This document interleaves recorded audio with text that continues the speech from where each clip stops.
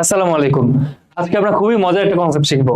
আচ্ছা, তোমরা কি খেয়াল করছো যে নরমাল পাতিলে বা নরমাল কড়াইতে যদি গরুর মাংস রান্না করা হয়, একই সাথে কেউ যদি তোমার প্রেসার কুকারে গরুর মাংস রান্না করে, প্রেসার কুকারের যে গরুর মাংস রান্না হয়েছে সেটা বেশি নরম হবে।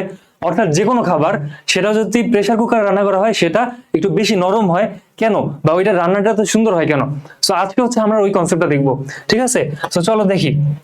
একটা কনসেপ্ট তোমাদের জানা লাগবে, সেটা তোমরা তো জানো যে পানির বয়লিং পয়েন্ট অথবা স্ফুটনাঙ্ক কত, 100°C, তাই না? এখন দেখো, এটা কিন্তু ধ্রুবক না, মানে পানি সবসময় 100°C ফুটবে এইটার কোনো গ্যারান্টি নেই। অর্থাৎ একটা জিনিস মনে রাখবা, যদি কোনোভাবে প্রেসার অথবা চাপ বাড়ানো যায় তাহলে পানির তাপমাত্রা বা পানির স্ফুটনাঙ্ক 100° হবে না, আরো বেশি হয়ে যাবে। জিনিসটা একটু মনে রাখো, এই একটা কনসেপ্ট দিয়ে আমরা পুরোটা বুঝাই ফেলবো। সেটা কি, ধরো পানির মধ্যকার যে চাপ বা পরিবেশের যে চাপ সেটা যদি বাড়ে, সেক্ষেত্রে পানির স্ফুটনাঙ্ক 100°C থাকে না, আরো বেড়ে যায়। বুঝতে পারছো? ধরো তুমি নর্মাল কড়াইতে কি করলা, বা যে কোনো একটা পাত্রের মধ্যে পানি গরম করলা, ঠিক আছে? এটার মধ্যে তুমি পানি গরম করছো, ঠিক আছে? বলো 100°C কি হবে? এটা বাষ্প হওয়া শুরু করবে, তাই না? 100°C এটা বাষ্প হয়ে যাবে, তাই না? সো তুমি এখানে হাইয়েস্ট কত তাপমাত্রা পাবা? 100°C। কারণ তুমি 100°C এর উপরে উঠতে গেলে কি হইতেছে, পানিটা বাষ্পে উড়ে যেতেছে। তাহলে তুমি এখানে বলো হাইয়েস্ট কত ডিগ্রি তাপমাত্রা পাচ্ছ? 100°C তাপমাত্রা পাচ্ছ, ঠিক আছে? পানির তাপমাত্রা। কিন্তু যেটা হবে, যদি আমি কোনোভাবে এই পানির যে প্রেসার বা চাপ এটা আমি বাড়াইতে পারি, তখন পানি 100°C ফুটবে না, আরো পরে যে ফুটবে। ধরো 102°, 103°, 104°। বুঝতে পারছো? এটা ডিপেন্ড করবে আমি কতটা প্রেসার ওর মধ্যে দিতে পারতেছি। এখন দেখো, ধর এটা প্রেসার কুকার, যদি প্রেসার কুকার দেখতে এরকম হয় না, মানে আমরা একটু ধরে নিলাম, হ্যাঁ দেখতে এরকম। তো এইটার মধ্যে যদি আমি পানি গরম করি, দেখো এটার মধ্যে আমি পানি গরম করলাম, এখানে কি হবে বলো? এই জিনিসটা একটা আবদ্ধ পাত্রের মধ্যে আছে না, মানে দেখো এটা কি একটা আবদ্ধ সিস্টেম না? এটারে আমি কি বললাম, তাপ দিতেছি, ঠিক আছে? তাপ দিতেছি, এটাকে তাপ দেওয়ার কারণে এটার মধ্যে জলীয় বাষ্প তৈরি হচ্ছে বা হওয়ার চেষ্টা করবে। কিন্তু আস্তে আস্তে কি হবে, এটার মধ্যকার যে প্রেসার বা চাপ এটা বেড়ে যাবে না?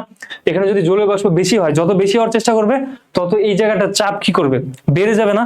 অর্থাৎ এই যে প্রেসার কুকারে আমি এই এই নরমাল কড়াইয়ের মধ্যে যে পার্থক্যটা পাচ্ছি সেটা প্রেসার কুকারে একটা আলাদা চাপ থাকবে, ঠিক আছে? একটা চাপ তৈরি হবে। সো এই চাপের জন্য কি হবে বলো? এই চাপের জন্য তোমার এই পানির স্ফুটনাঙ্ক কি করবে, বেড়ে যাবে। অর্থাৎ নরমাল পানি 100°C ফোটা শুরু করছে, এই পানি দেখা যাবে আরো পরে ধরো 102°, 103° এরকম একটা তাপমাত্রায় ফুটবে, ঠিক আছে? অর্থাৎ দেখো, এই পানির তাপমাত্রা আমি সর্বোচ্চ কত পর্যন্ত উঠাইতে পারতাম? 100°C স্বাভাবিক অবস্থায়। বাট এই পানির তাপমাত্রা আমি কতটুকু উঠাইতে পারতেছি? আরো বেশি, ঠিক আছে না?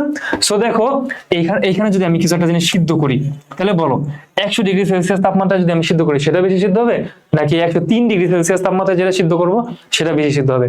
তো অবশ্যই যেটা আমি বেশি তাপমাত্রায় সিদ্ধ করব ওইটা বেশি সিদ্ধ হবে, বেশি নরম হবে। এই জন্যই প্রেসার কুকারে যখন কোনো খাবার রান্না করা হয় সেটার খাবারটা বেশি নরম হয়, ঠিক আছে? স্পেশালি আমরা প্রেসার কুকার মাংস রান্না করার সময় মানে ব্যবহার করি, কারণ দেখা যায় অনেক সময় কড়াইতে রান্না করলেও মাংসটা তোমার সিদ্ধ কম হয় বা তোমার একটু শক্ত থাকে, বাট প্রেসার কুকারে সেটা অনেক নরম হয়ে যায়।